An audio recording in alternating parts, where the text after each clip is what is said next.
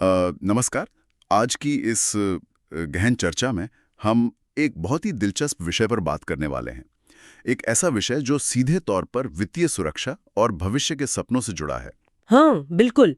और ये एक ऐसे शहर के बारे में है जिसने स्वच्छता में तो अपना परचम लहराया ही है। हाँ, मध्य प्रदेश का दिल। इंदौर। जी, जो अब प्रॉपर्टी बाजार का भी एक बहुत बड़ा केंद्र बन चुका है। बिल्कुल सही कहा। आज का हमारा मुख्य उद्देश्य ये समझना है कि अगर कोई निवेशक इंदौर के इस तेजी से बढ़ते बाजार में पैसा लगाना चाहता है, तो उसके लिए प्लॉट का सही आकार और प्रकार क्या होना चाहिए। और ये पूरी चर्चा एमराल्ड डेवलपर्स द्वारा मई 2025 में प्रकाशित एक बेहद विस्तृत रिपोर्ट पर आधारित है। ये रिपोर्ट एक अचूक गाइड है, चाहे कोई पहली बार निवेश कर रहा हो या कोई बहुत ही अनुभवी बिल्डर हो। ठीक है, आइए इसे थोड़ा विस्तार से समझते हैं। आखिर इंदौर के प्रॉपर्टी बाजार में ऐसा क्या हो रहा है जिसने पूरे देश का ध्यान खींच लिया है। अगर हम इसे बड़े परिदृश्य से जोड़ें तो हमें सिर्फ एक शहर की नहीं बल्कि एक विशाल आर्थिक इंजन की तस्वीर दिखाई देती है। देखिए, इंदौर आज केवल एक शैक्षिक केंद्र नहीं रह गया है। एमराल्ड डेवलपर्स के आंकड़े बताते हैं कि साल 2024 में इंदौर की कुल अर्थव्यवस्था में अकेले रियल एस्टेट का योगदान 16% रहा है। 16%? मतलब अगर रुपयों में बात करें तो करीब 40,000 करोड़ रुपए। बाप रे, 40,000 करोड़। हाँ, और कहानी यही खत्म नहीं होती। 2025 के अंत तक इसके 18% तक पहुंचने का अनुमान है। मतलब ये कोई साधारण उछाल नहीं है। बिल्कुल नहीं। इसका सीधा अर्थ ये है कि यहाँ जमीन खरीदना सिर्फ ईंट पत्थर में पैसा लगाना नहीं है, ये एक तेजी से बढ़ती अर्थव्यवस्था के सीधे मुनाफे में हिस्सेदार बनना है। पीथमपुर जैसे औद्योगिक क्षेत्रों का विस्तार और बड़े संस्थान इसकी मांग को मजबूत कर रहे हैं। सही कहा। 40,000 करोड़ रुपए का योगदान वाकई सोचने पे मजबूर कर देता है।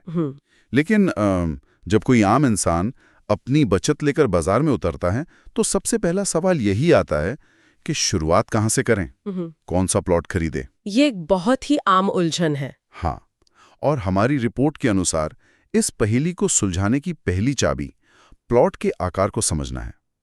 यहीं पर या बात बहुत दिलचस्प हो जाती है, खासतौर पर छोटे आवासीय प्लॉट के मामले में, जो कि 600 से लेकर 1200 वर्ग फुट के बीच आते हैं। बिल्कुल, ये आकार पहली बार निवेश करने वालों के लिए बिल्कुल आदर्श माना जाता है, क्योंकि ये बजट के अनुकूल होता है और 1 या 2 कमरों वाले मकानों की भारी मांग रहती है।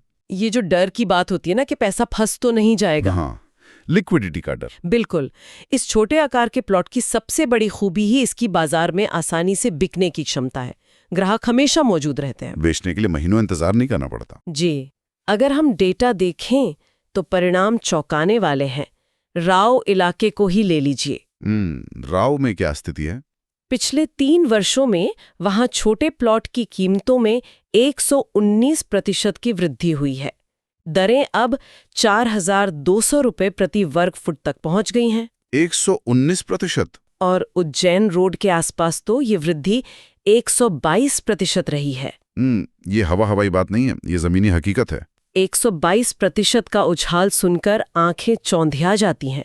लेकिन मैं यहाँ पूछना चाहूंगा कि क्या ये महज एक बुलबुला है या कोई ठोस वजह है? अक्सर जब कीमतें भागती हैं तो सट्टेबाजी का डर होता है। ये लाजमी सवाल है, लेकिन आंकड़े बताते हैं कि ये कोई सट्टेबाजी नहीं है। इसके पीछे आबादी का गणित है। मतलब लोग वाकई वहां बस रहे हैं। हाँ, राव और उज्जैन रोड मुख्य केंद्रों के बहुत करीब हैं। हजारों युवा पेशेवर और छात्र आ रहे हैं। उन्हें बड़े बंगले नहीं चाहिए, उन्हें 1 या 2 कमरों के किफायती घर चाहिए। यही वास्तविक मांग कीमतों को धकेल रही है। यह स्पष्टीकरण शंकाओं को दूर करता है। असली खेल मांग और आपूर्ति का है। लेकिन अब दूसरी स्थिति पर आते हैं। बताइए। मान लीजिए किसी के पास थोड़ी ज्यादा पूंजी है। वो सिर्फ जमीन छोड़ना नहीं चाहता, वो चाहता है कि हर महीने एक पक्की आमदनी होती रहे। किराए की आमदनी? जी, इसके लिए रिसर्च दूसरा विकल्प सुझाती है। मध्यम आकार के प्लॉट, 1200 से 2500 वर्ग फुट वाले। मैं ऐसे रियल एस्टेट का स्विस आर्मी नाइफ कहूंगा। बहुउद्देशीय। Swiss army knife? ये तुलना बिल्कुल सटीक है ना? आप डुप्लेक्स बना सकते हैं, नीचे खुद रहें, ऊपर किराए पर दे दें, या छात्रों के लिए हॉस्टल बना लें। जो निवेशक नियमित किराए को लक्ष्य मानकर चलते हैं, उनके लिए ये श्रेणी एक वरदान है। 1200 से 2500 वर्ग फुट की जगह पर्याप्त होती है आरामदायक निर्माण के लिए। और निर्माण की लागत भी बहुत ज्यादा बजट से बाहर नहीं जाती। बिल्कुल, नौकरी पेशा लोगों और छात्रों के बीच ऐसे निर्माण स्थिर आय सुनिश्चित करते हैं। रिपोर्ट बताती है कि इस श्रेणी के लिए बिचौली मर्दाना सबसे पसंदीदा इलाका है। बिचौली मर्दाना का नाम तो बहुत गूंज रहा है आजकल। आंकड़े क्या कहते हैं? बिचौली मर्दाना में पिछले कुछ समय में 93% की वृद्धि हुई है और वहां औसत रेट 13,500 रुपए प्रति वर्ग फुट चल रहा है। 13,500?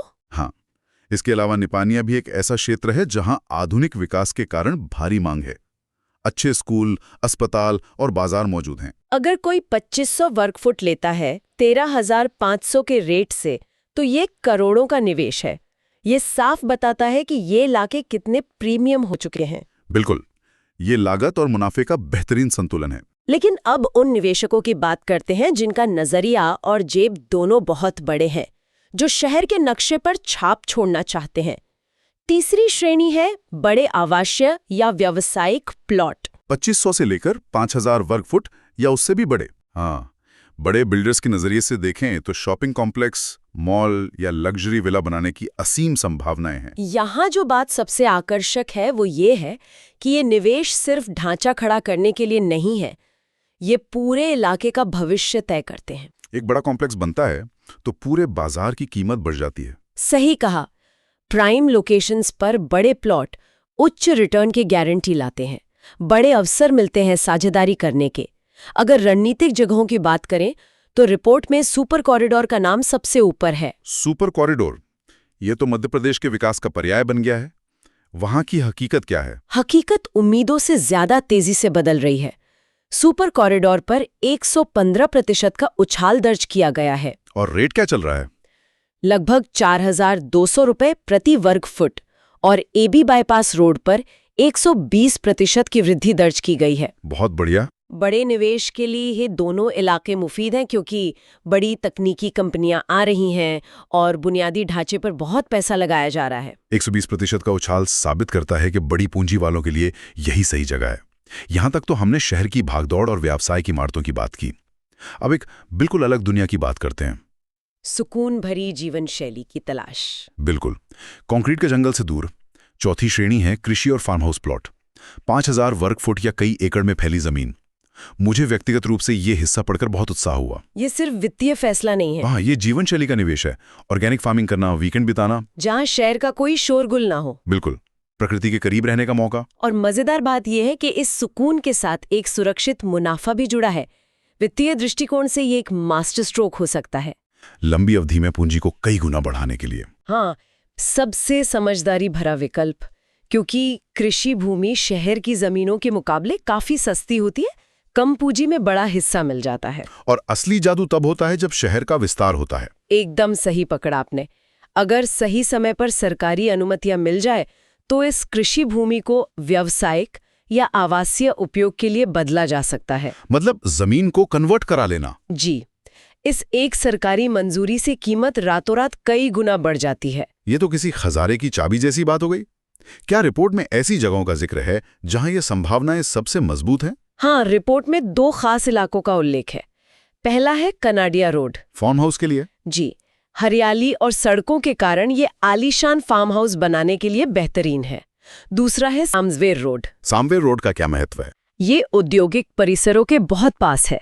आज जो कृषि प्लॉट है, भविष्य में उसके वेयरहाउस या औद्योगिक हब में बदलने की बहुत मजबूत संभावनाएं हैं। तो अब तक हमने छोटे प्लॉट से लेकर कई एकड़ के फार्म हाउस तक सब कुछ समझ लिया है। तो इस सब का असल में क्या मतलब है? इस डेटा का व्यावहारिक उपयोग कैसे किया जाए? ये बहुत जरूरी सवाल है। जानकारी होना एक बात है, लेकिन जिंदगी भर की कमाई लगाना अलग बात है। हमारी रिपोर्ट निवेश करने से पहले 4 प्रमुख बातों की एक चेकलिस्ट देती है। बिना इस चेकलिस्ट को समझे रियल एस्टेट बाजार में कूदना बिना तैरना जाने गहरे समुद्र में छलांग लगाने जैसा है। बिल्कुल। मैं एक एक करके इन बिंदुओं का विश्लेषण करती हूँ। सबसे पहली बात, निवेश का उद्देश्य स्पष्ट करना। लोग अक्सर दूसरों की देखा-देखी जमीन खरीद लेते हैं, जो कि सबसे बड़ी गलती है। लक्ष्य साफ होना चाहिए। निजी आवास के लिए है, व्यावसायिक उपयोग के लिए है, या लंबी अवधि के इंतजार के लिए। जैसे हमने देखा, छोटे और मध्यम प्लॉट किराए और घर के लिए अच्छे हैं। बड़े प्लॉट व्यावसायिक इमारतों के लिए। और कृषि भूमि लंबी अवधि के भारी मुनाफे के लिए। ये तो ऐसा हुआ है कि आप स्टेशन पर हैं और पता ही नहीं जाना कहाँ है। सही कहा। अब दूसरी बात, अपने बजट का आकलन। बजट कैसे तय करें? जो नए हैं उन्हें विकासशील क्षेत्रों में जाना चाहिए जहां छोटे प्लॉट सस्ते मिले। मध्यम स्तर के निवेशकों को विकसित हो रहे इलाकों में और बड़ी पूंजी वालों को मुख्य इलाकों में, ताकि ज्यादा पैसा लगाने पर रिटर्न भी ज्यादा मिले। बिल्कुल। तीसरी बात है लोकेशन की कनेक्टिविटी। ये भविष्य के लिए सबसे अहम है। आज कोई प्लॉट कितना भी सुंदर लगे, उसका असली मूल्य बुनियादी ढांचे से तय होगा। जिन इलाकों से इंदौर मेट्रो गुजरने वाली है या जो स्मार्ट सिटी प्रोजेक्ट्स का हिस्सा है, वहां 15 से 20% की अतिरिक्त वृद्धि की उम्मीद है। 15 से 20% का अतिरिक्त उछाल सिर्फ इस बात पर निर्भर है कि जमीन शहर के भविष्य के नक्शे पर कहाँ है। हाईवे और चौड़ी सड़कों से नजदीकी कीमत को रॉकेट की गति देती है। और आखिर में चेकलिस्ट की चौथी और सबसे गंभीर बात, कानूनी और विनियामक जांच। ये सबसे खतरनाक हिस्सा है। लोग जीवन भर की कमाई लगा देते हैं और बाद में पता चलता है कि जमीन विवाद में फंसी है। जमीन देखकर उत्साहित होना आसान है, पर कानूनी कागजी कार्रवाई जरूरी है। स्पष्ट मालिकाना हक यानी क्लियर टाइटल जांचना। हाँ, कोई पुराना विवाद या बैंक लोन तो नहीं है। इसके अलावा जोनिंग के नियमों की जांच भी बहुत महत्वपूर्ण है। जोनिंग का मतलब कि वहां किस तरह के निर्माण की अनुमति है? बिल्कुल। अगर आवासीय जमीन पर व्यवसायिक कॉम्प्लेक्स बनाने का सपना देख रहे हैं तो बिना अनुमति के वो पूरा नहीं हो सकता। ये कानूनी सुरक्षा पैसे को डूबने से बचाती है। एकदम सही। तो अगर हम इस पूरी चर्चा का सार निकालें तो तस्वीर साफ है। इंदौर का बाजार हर बजट और हर सपने के लिए तैयार है, छोटे प्लॉट से लेकर विशाल फार्म हाउस तक। और हर विकल्प में बेहतरीन रिटर्न है। स्रोत का डेटा साबित करता है कि संपत्तियों के मूल्य में 8 से 12% की निरंतर वार्षिक वृद्धि दर्ज की गई है, बशर्ते सही लोकेशन हो, उद्देश्य स्पष्ट हो और कानूनी जांच मुकम्मल हो। इससे एक महत्वपूर्ण सवाल खड़ा होता है, एक ऐसा सवाल जिस पर हर निवेशक को विचार करना चाहिए। वो क्या? आज प्रधानमंत्री आवास योजना जैसी पहलें किफायती घरों की मांग बढ़ा रही हैं और इंदौर मेट्रो शहर के हर कोने तक फैल रही है। ये दोनों कारक शहर की सीमाओं को बाहर धकेल रहे हैं। जो कल तक देहात था वो आज शहर का हिस्सा है। तो सवाल ये है, क्या आज का वो दूर दराज का शांत कृषि क्षेत्र ही अगले 1 दशक का सबसे महंगा सुपर कॉरिडोर बनने वाला है? बहुत ही गहरा सवाल है। और क्या सबसे चतुर निवेशक आज शहर के केंद्र को छोड़कर बाहरी छोरों पर अपनी नजरें गड़ाए बैठे हैं, इसी उम्मीद में कि कल का नया केंद्र वहीं स्थापित होगा? ये विचार वाकई नजरिए को बदल सकता है। जो आज खाली खेत है, कल सबसे बड़ा आर्थिक केंद्र हो सकता है। विकास का पहिया ऐसे ही घूमता है। बिल्कुल। आज की इस गहन चर्चा में हमने एमरल्ड डेवलपर्स के शोध के माध्यम से प्रॉपर्टी बाजार को समझा। उम्मीद है इस चर्चा ने कई अहम सवालों के जवाब दिए होंगे। निवेश एक बड़ा कदम है, इसलिए अपनी खुद की रिसर्च आगे बढ़ाएं और समझदारी से फैसले लें, क्योंकि ज्ञान ही सबसे सुरक्षित निवेश है। आज की इस रोचक चर्चा में हमारे साथ जुड़ने के लिए बहुत बहुत धन्यवाद। धन्यवाद।